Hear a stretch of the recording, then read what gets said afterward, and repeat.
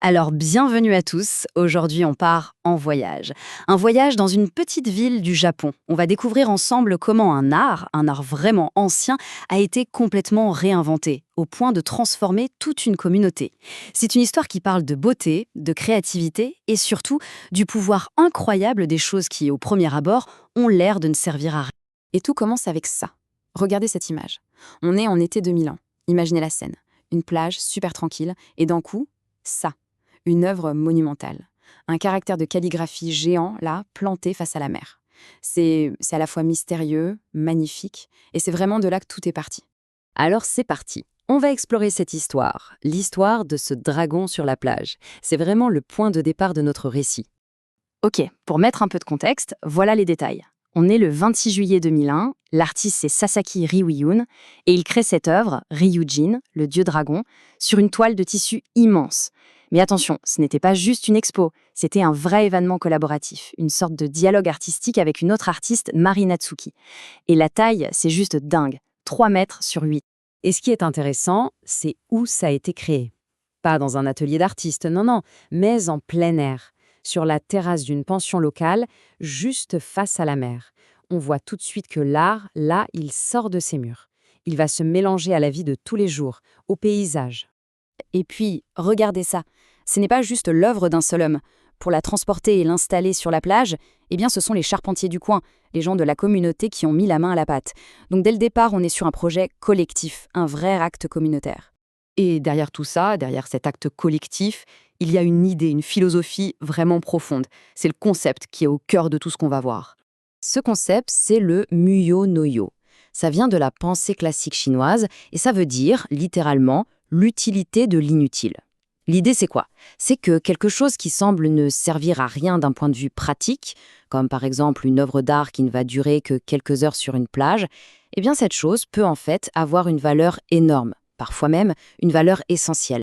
Et cette citation de Sasaki Yoshiko, la femme de l'artiste, elle est parfaite pour comprendre ça. Elle raconte qu'elle n'avait aucune intention de faire une brochure sur ce projet. Mais des années plus tard, des jeunes ont vu la photo du Ryujin et ils ont posé des questions. Ça a réveillé plein de souvenirs. Alors elle a décidé de compiler tout ça, comme une sorte de piste pour la génération suivante. L'acte inutile de 2001 est devenu une source d'inspiration, un indice pour le futur. Alors quel a été l'impact de tout ça? La première onde de choc, en quelque sorte, c'est de voir comment l'art a littéralement quitté les musées pour s'inviter dans la vie de tous les jours. Parce que le Ryujin, ce n'était pas juste un coup d'éclat. La calligraphie de Sasaki, on la retrouve un peu partout après, dans des spectacles de danse en 99, puis bien sûr la collaboration de 2001, en 2003 sur les affiches d'un festival, et même en 2008 dans un centre de jour pour un spectacle de conteurs. L'art est vraiment devenu le fil rouge de la vie culturelle du coin. Regardez, ça c'est un super exemple. C'est l'affiche officielle d'un festival d'art traditionnel. Normalement, on s'attendrait à une image classique, non? Eh bien non, ils ont mis une calligraphie super moderne, d'avant-garde. C'est un dialogue hyper audacieux entre le neuf et l'ancien. Et ça montre que l'art peut vraiment rassembler et même donner un coup de jeune à la tradition.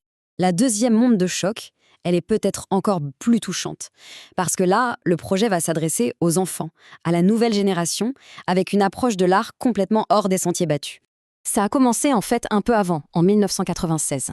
Au début, on a essayé la méthode classique, enseigner les caractères traditionnels, mais ça marchait pas. Les enfants n'accrochaient pas. Et puis, il y a eu un déclic, l'idée de génie. Au lieu d'imposer des règles, le mot d'ordre est devenu « faites ce que vous voulez, ce qui vous plaît ». Et le résultat a été incroyable, une vraie explosion de créativité. C'était comme si cet art d'avant-garde parlait directement aux enfants. Et ça se voit sur les images.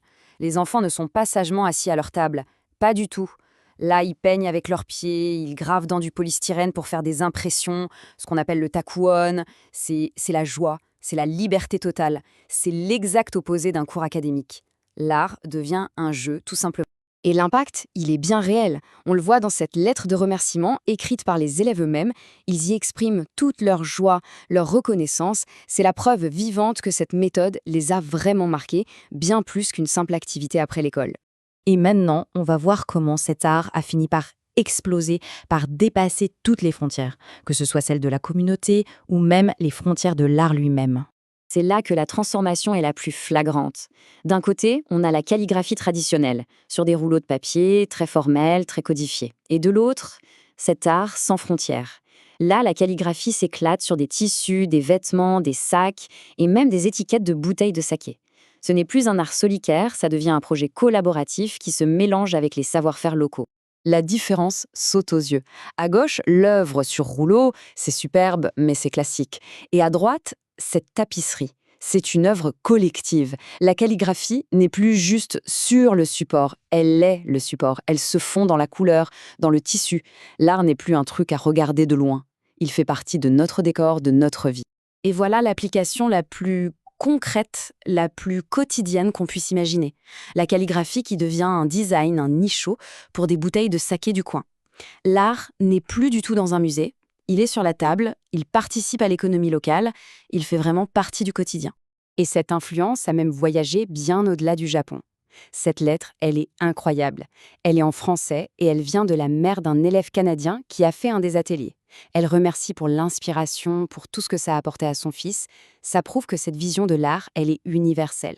Elle parle à tout le monde, peu importe d'où on vit. Et l'héritage, il est bien là, il est durable. Certains des enfants de ces ateliers ont continué sur cette voie. On a Kumi Nakajima, par exemple, qui a fait sa première expo solo au lycée. Ou encore Asuka Muriyama. Son travail de fin d'études est repéré sur Internet et bim, elle se retrouve à créer la calligraphie du titre pour une émission de la NHK, la grande chaîne nationale. C'est énorme. Finalement, pour tout résumer, il y a cette phrase tirée de la rédaction d'un élève qui date de 1983. Il dit qu'à l'époque, il ne comprenait pas ce que son professeur voulait dire par douceur, mais que maintenant, des années après, il pense avoir compris. Ça lui a rappelé que le but, ce n'est pas d'être parfait, c'est le chemin qui compte. Et ça, c'est une leçon qui dépasse de loin la calligraphie, non? Alors voilà, d'une simple œuvre d'art inutile sur une plage est né tout un mouvement. Un mouvement qui a redonné vie à une ville, qui a inspiré des générations d'enfants et qui a même traversé les frontières. Et ça nous laisse avec une question, forcément. Quelles sont, autour de nous, dans nos propres communautés, ces belles choses soi-disant inutiles qui ne demandent qu'à être regardées différemment pour, qui sait, jouer un rôle absolument essentiel?